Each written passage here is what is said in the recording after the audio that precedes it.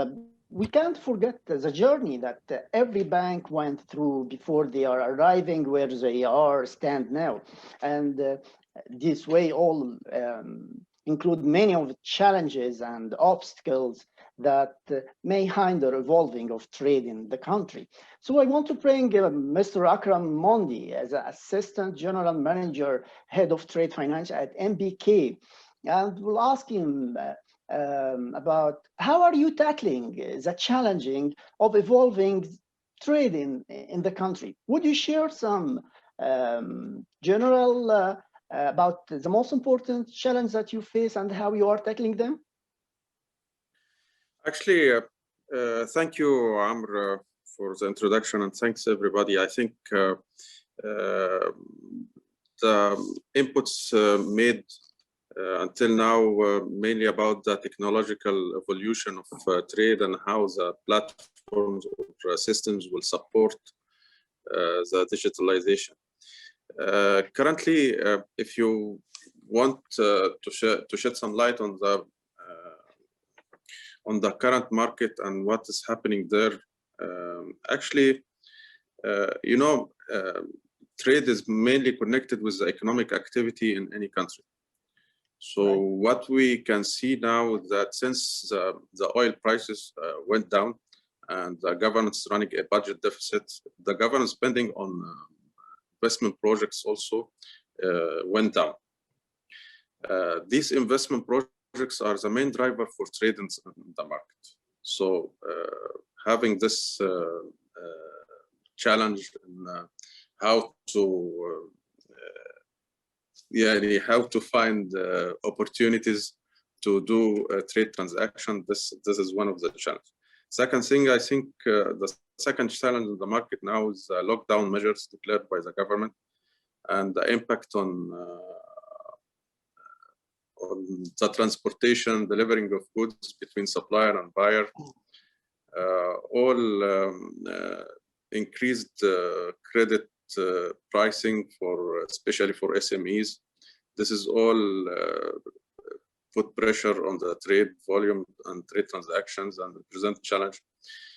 We also, because of this, all of these difficulties which we encountered during the lockdown measure, I think there is a trend right now, as everybody mentioned, towards digitalization. And I think this trend will last even after the pandemic finish. I think customers now demanding more of electronic services that can support their needs and their transactions without having to have a face-to-face interaction.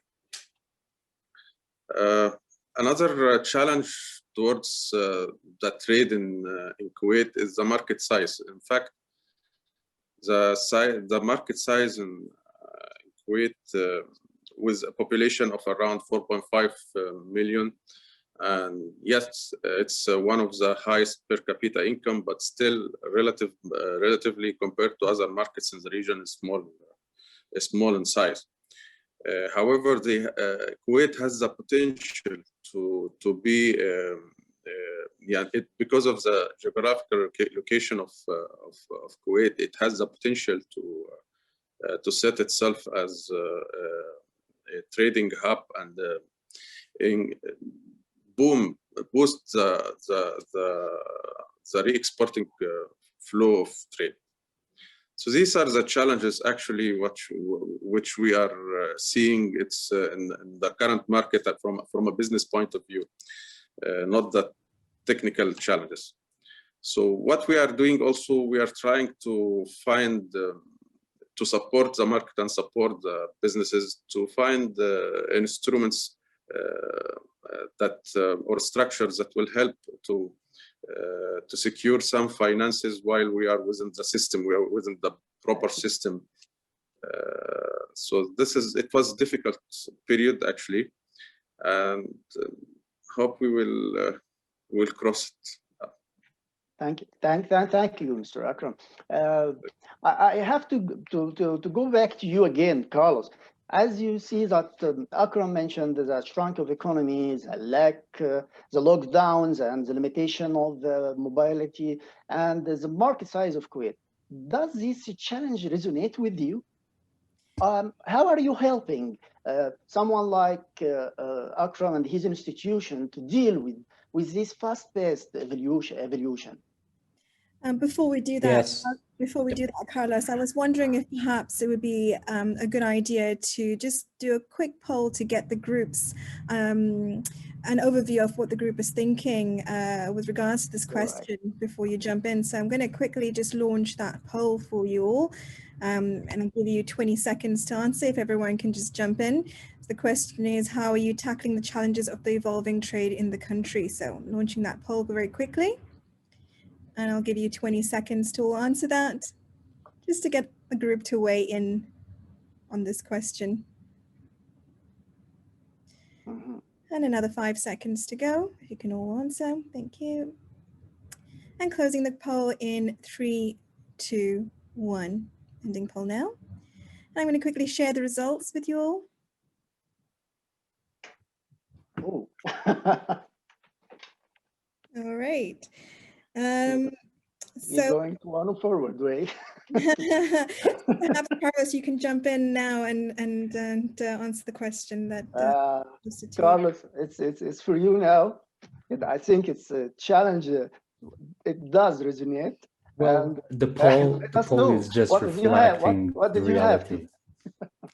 Right, the poll is just reflecting the reality, and we all go through and we saw what happened last year.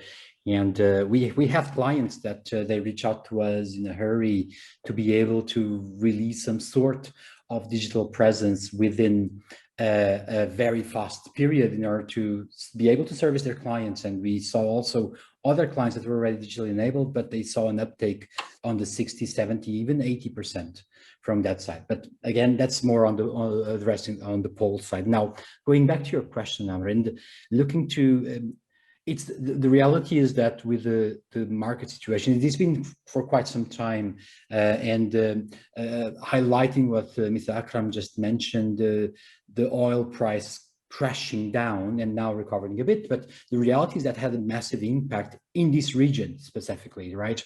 And what we saw was a lot of banks being able to reach out in terms to diversify their portfolio, and by nature, supply chain finance became as an interesting way in order to provide new services to their client and be able to still be providing the services, but more importantly, recovering some costs from that side. So we saw a lot of initiatives, for example, in Saudi, when they launched the ESAL program in order to digitize even the invoices, or even in the UAE with the trade networks and so on, in order to be able to have banks to digitize and to automate this process. And why is this important? Because normally supply chain is about high volumes, low values, right? High volumes, low values, sorry. And if it's not automated, it's very hard to manage. So we've actually been spending time leveraging our digital platform to be able to get buyers and sellers interacting with data in terms of automating their process flows, and that getting the bank to finance it at the end. So opening new windows of opportunity for them to push new services, push new programs.